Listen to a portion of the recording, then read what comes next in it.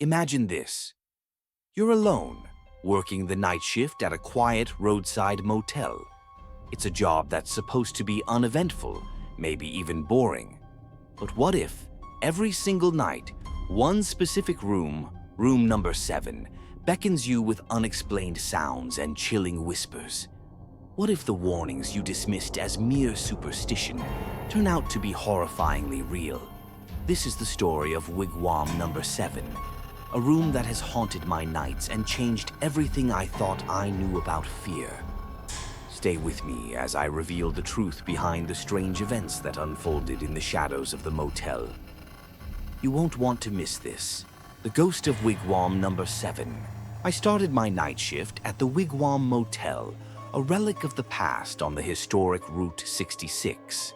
Known for its peculiar teepee-shaped rooms, the motel exuded a sense of nostalgia that drew travelers from all over. On my first day, the manager handed me the keys and a list of duties. But before I could ask questions, he leaned in and said with an intensity that caught me off guard, "Never go into Wigwam number 7. Ever." I blinked, unsure if he was joking. "Why not?" I asked, forcing a chuckle. He didn't smile. "Just don't. You'll regret it." The air of mystery intrigued me, but I dismissed it as a hazing ritual for new employees. My shift seemed simple enough. Check guests in, patrol the grounds, and keep the motel running smoothly. It wasn't until my third night that I realized the warning wasn't a joke. The first 2 nights were uneventful. The Wigwam Motel was eerily quiet after dark.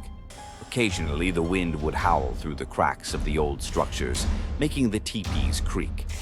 I spent most of my time at the front desk, flipping through an old guest book that contained entries from decades ago.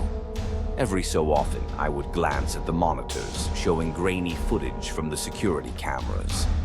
Wigwam number 7 always caught my eye. It sat in the middle of the semicircle of teepees, shrouded in darkness. Unlike the other rooms, its porch light was broken, and no one had stayed there in years. Around 2 a.m. on the second night, I thought I saw movement on the camera outside Wigwam number 7. A shadow flitted past the screen, quick enough to make me question if I'd imagined it. I stepped outside to investigate, but found nothing. The wind howled and the teepee loomed silently, its triangular entrance like a mouth waiting to swallow me whole. I hurried back inside. On the third night, things took a turn. As part of my routine, I walked the grounds at 2 a.m., checking each teepee to ensure all was well. When I reached Wigwam number 7, I froze. Its door, which had been locked since I started, was ajar. A dim, flickering light seeped through the gap.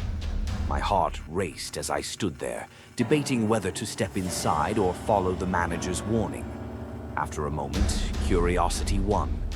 I pushed the door open and called out, "Is anyone here?" Silence. The room was dimly lit by an old desk lamp, its bulb struggling to stay alive. The air was thick with the smell of dampness and decay. I hesitated at the threshold, but then I heard it. A soft giggle.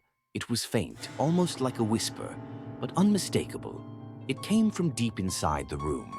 I stepped inside, my shoes sinking into the threadbare carpet. The room felt wrong, as if the walls were closing in around me. The wallpaper, once beige, was now stained and peeling. Furniture that should have been removed long ago sat rotting in the corners. Then I saw her. In the far corner, a woman sat on a dilapidated chair, her back to me. She wore a long white dress, and her hair hung down in tangled strands. My throat tightened as I mustered the courage to speak. "Ma'am, are you okay?" No response. I took a step closer. The air grew colder, and my breath formed clouds in front of me. "Ma'am," I tried again, my voice trembling. She turned. Her face, or what should have been her face, was a void. No eyes, no nose, no mouth, just an expanse of darkness that seemed to pull me in. I stumbled back. My scream caught in my throat as she rose from the chair, her movements unnaturally jerky, like a marionette on invisible strings. I turned and ran, slamming into the doorframe on my way out. The sound of laughter followed me, growing louder and more distorted. It wasn't just one voice now. It was a cacophony of giggles, each one more menacing than the last. I didn't stop until I reached the safety of the front desk. I locked the office door behind me and sat down, my chest heaving. When I checked the camera feed, the door to Wigwam number 7 was shut tight, the light inside extinguished. It was as if nothing had happened. I spent the rest of the night glued to the monitor, unable to look away from the screen. The laughter echoed in my ears long after it had stopped. The next morning, I confronted the manager. He sighed heavily and gestured for me to sit. "You went inside, didn't you?" he asked, his tone more weary than angry. I nodded. He rubbed his temples and began to explain. Years ago, a family stayed in Wigwam number 7, a couple and their young daughter. The parents had a fight and the father left in the middle of the night. The next morning, the maid found the mother, hanging from the rafters. The little girl was nowhere to be found. I felt a chill run down my spine. "What happened to her?" "No one knows," he replied. But guests who stayed in Wigwam number 7 afterward reported hearing laughter at night. Some even claimed to see a little girl playing in the room. After a while, we stopped renting it out. Too many complaints. Too many incidents. Despite my fear, I couldn't stay away. Something about Wigwam number 7 called to me. I needed. This time, the door wasn't ajar. It was wide open.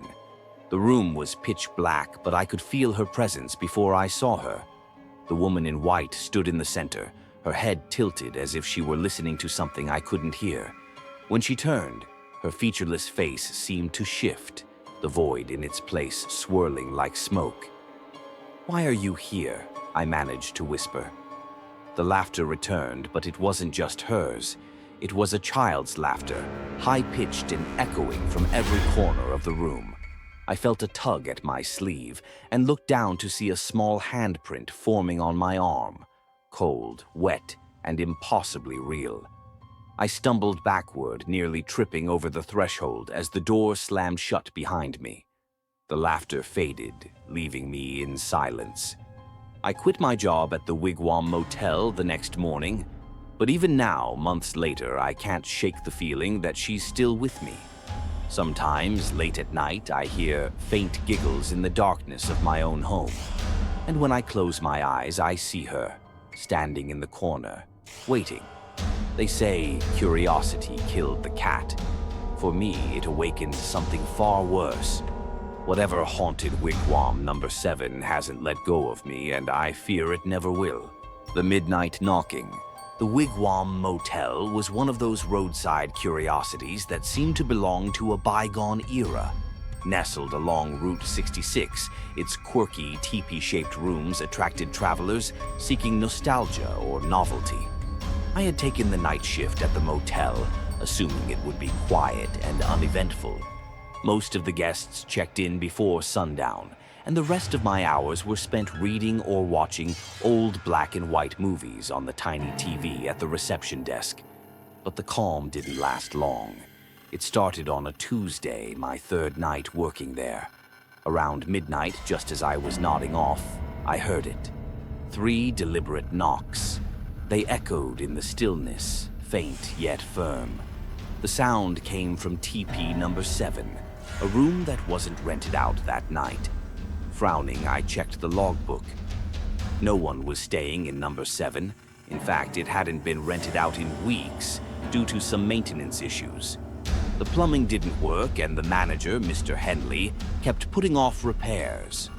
"Probably just a guest lost in the dark," I muttered, grabbing the flashlight. I stepped outside, the desert air cool and sharp. The row of teepees stood in neat symmetry, their conical shapes faintly illuminated by the flickering neon sign of the motel. As I approached number 7, I felt an inexplicable unease. "Hello?" I called out, knocking lightly on the door. No response. I unlocked it with my master key and peeked inside. The room was empty, the musty smell of disuse filling my nose. Shaking my head, I returned to the front desk, chalking it up to my imagination. But the knocking came back the next night, and the night after that. By the fourth night, I was unnerved.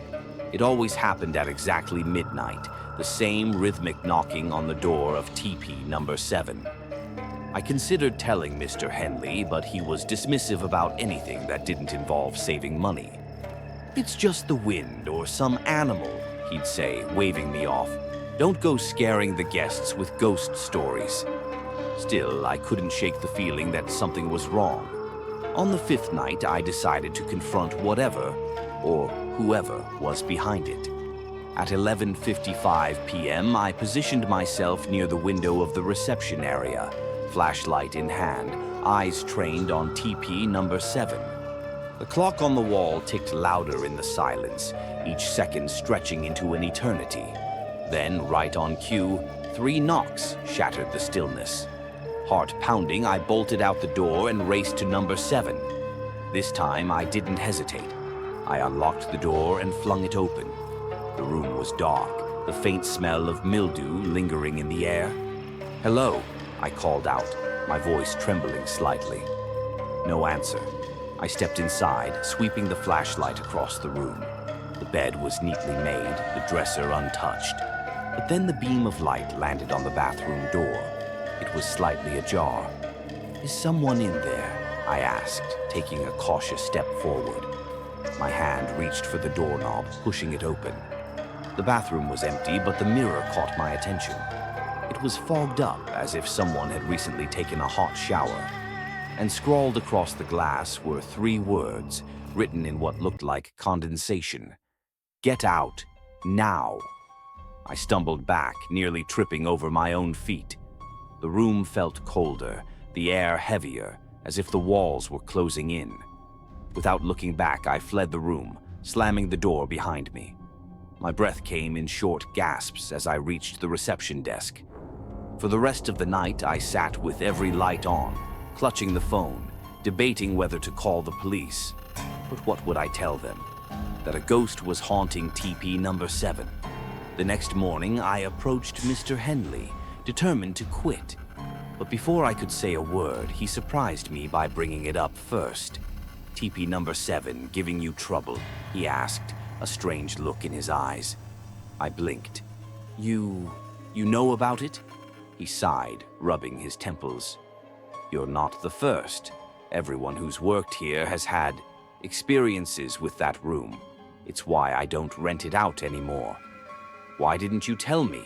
I demanded, anger rising in my chest. He shrugged. "Figured you'd quit before your first week if I did. Besides, nothing bad's ever happened, just some spooky stuff." Spooky stuff?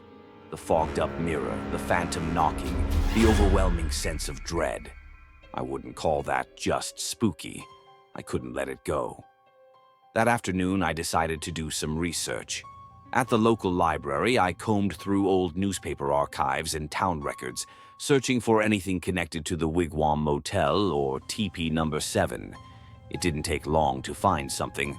In 1962, a man named Charles Whitaker had been found dead in TP number 7. According to the reports, he was a traveling salesman who checked in one night and never checked out. The maid found him the next morning, slumped over the bathroom sink. The cause of death was ruled a heart attack, but locals whispered that he'd been murdered, his heart frightened to death by something he'd seen. There were no suspects, no witnesses, just a lingering mystery. Armed with this knowledge, I returned to the motel that evening, torn between fear and curiosity. I didn't believe in ghosts, at least I didn't think I did. But there was no denying that something unexplainable was happening. That night, I waited again for the knocking. Midnight came and went without a sound. Relieved, I let out a shaky laugh. Maybe acknowledging the history had broken the cycle. But then, at 12:15, the knocking returned, this time louder, more insistent. I froze, my heart hammering in my chest. Before I could stop myself, I grabbed the flashlight and headed back to TP number 7. The door was slightly ajar, the faint sound of whispering drifting out. I couldn't make out the words, but they seemed to beckon me. Against every instinct, I stepped inside. The air was icy, my breath visible in the dim beam of the flashlight. The whispering grew louder, coming from the bathroom. I approached the door, hand trembling as I pushed it open. What I saw made my blood run cold. In the mirror, a man's face stared back at me. Not my own. His eyes were wide with terror, his mouth frozen in a silent scream. Behind him, a shadowy figure loomed, its form indistinct but undeniably malevolent. And then, the man in the mirror turned to face me. I don't remember running out of the room. I don't remember locking the door or grabbing my things. All I know is that by sunrise, I was halfway out of town, vowing never to return. To this day, I can still hear the knocking in my nightmares. 3 deliberate knocks, echoing in the silence, reminding me of what I saw, what I left behind. The mirror in Tepe number 5. The Wigwam Motel was a charming oddity, a row of teepee-shaped rooms scattered along the dusty road of Route 66. I worked as part of the cleaning staff, mostly tidying up after travelers who spent a night soaking in the nostalgia. It was an easy job. Guests usually left early, and by noon, the teepees were vacant, leaving me to clean in silence. But there was something about teepee number 5 that unsettled me from the very beginning. The first time I noticed the mirror was during a routine cleaning. I just finished changing the sheets and vacuuming when my eyes landed on it. A large, ornate mirror propped against the far wall. Its gilded frame looked out of place in the otherwise modest decor of the room. At first, I thought it was a new addition. Mr. Henley, the motel's owner, was known for his yard sale finds, often bringing back mismatched furniture to spruce up the place. But when I asked him about it later, he furrowed his brows. "What mirror?" he said, genuinely puzzled. "I didn't put any mirror in there." I laughed it off, assuming he'd forgotten. Still, the mirror gave me an odd feeling. It wasn't dirty or dusty like most of the furniture in the teepees. Instead, the glass was spotless, unnaturally so, as if it had just been cleaned. When I stared into it, I felt as though the reflection lingered a moment too long after I looked away. That night, I couldn't shake the image of the mirror from my mind. Something about it seemed off. I convinced myself it was just my imagination. After all, I'd been working long hours and barely sleeping. By the time my night shift started, I had mostly forgotten about it. My job was to check the teepees around 3 a.m. to ensure everything was in order. The motel rarely had late-night guests, so it was more of a formality than anything else. As I walked past teepee number 5, I hesitated. A faint light was glowing from inside, though no one had rented the room that night. My chest tightened as I approached the door. When I peeked through the window, the room was dark except for a strange shimmer reflecting off the mirror. It almost seemed to pulse as though it was alive. I unlocked the door, stepping inside cautiously. The air was cold, colder than it should have been in the middle of the desert. My eyes were drawn to the mirror, which now seemed larger than before, its golden frame glowing faintly in the dimness. And then I saw it. A shadowy figure standing in the reflection right behind me. My heart raced as I spun around, expecting to find someone there. The room was empty. When I turned back to the mirror, the figure was still there, but it had moved closer, its indistinct form now only a few feet behind where I stood. My breath caught in my throat as the room seemed to tilt around me. I stumbled out of the teepee, leaving behind the cleaning cart and slamming the door shut. My hands shook as I fumbled with the keys, locking the door as quickly as I could. For the rest of the night, I stayed in the reception area, refusing to check the other teepees. The image of the shadow in the mirror was burned into my mind. The next morning, I told Mr. Henley what had happened. He laughed nervously, brushing it off. "Maybe it's just a trick of the light," he said, "or you're working too hard. take a break. But I couldn't let it go. The mirror had felt wrong, dangerous even. I asked him again about where it came from, but he insisted he had no idea. Maybe one of the guests left it behind, he suggested. If it's bothering you, I'll have it moved out. But when we went back to TP number 5 to check, the mirror was gone. For the next few days, I avoided TP number 5 altogether. I convinced myself that whatever had happened was a one-time thing. But then, strange things began to happen around the motel. Guests staying in TP number 5 complained of strange noises at night, whispers that seemed to come from nowhere. One couple checked out early, saying they felt like they were being watched. Another guest mentioned seeing shadows moving across the walls, even though the room was empty. The final straw came a week later. I was cleaning TP number 8 when I saw it again. The mirror. It was leaning against the wall as if it had always been there. My blood ran cold. "Why is it here?" I whispered to myself, backing away. This time, I didn't wait for anything to happen. I grabbed my cleaning supplies and bolted out of the room, leaving it half-finished. That night, I decided to do some digging. The local library had a small archive of newspapers and town records. I wasn't sure what I was looking for, but something told me the mirror wasn't just a piece of forgotten furniture. It didn't take long to find a lead. An old newspaper article from the 1950s mentioned a series of mysterious deaths at the site where the motel now stood. According to the article, the property had once been home to a boarding house. One of the tenants, a man named Elliot Grayson, was found dead in his room, his body discovered in front of a large, ornate mirror. The official cause of death was a heart attack, but witnesses reported seeing strange shadows in the room. One guest claimed that Elliot had become obsessed with the mirror, often talking to it as though it were alive. The boarding house was demolished a few years later, and the land remained vacant until the Wigwam Motel was built. When I returned to work the next night, I tried to act normal. But the moment I walked into the reception area, I felt a chill. The motel was eerily quiet, the kind of silence that presses against your ears. At 3 a.m., I heard it, a faint whispering coming from TP number 5. "No," I muttered, shaking my head. "I'm not going back there." But the whispering grew louder, more insistent. It wasn't just noise, it was words, though I couldn't make them out. Against my better judgment, I grabbed the flashlight and headed outside.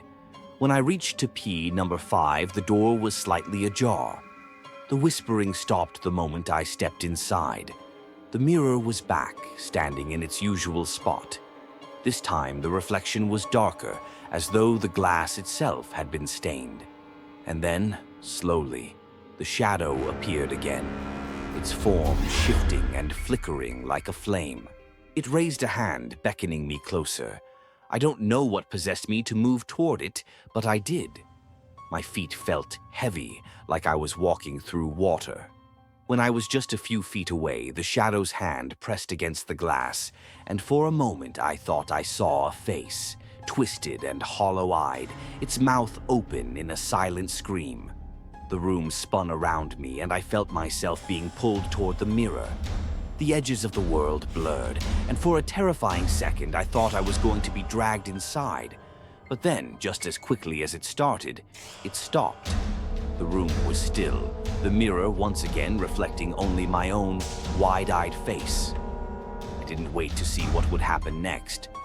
I ran out of the teepee, not bothering to lock the door, and didn't stop until I was safely in my car. The next morning, I quit my job at the Wigwam Motel.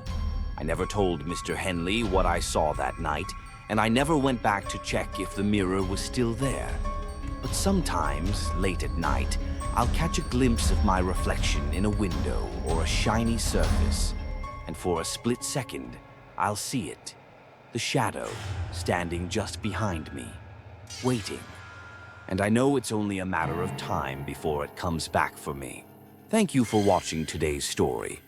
I hope these chilling experiences have made you reflect on fears and trust in life.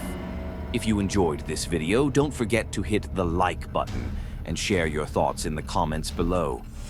Be sure to subscribe to my YouTube channel so you don't miss out on more engaging stories and interesting content in the future. Thank you for your support, and I look forward to seeing you in the next video.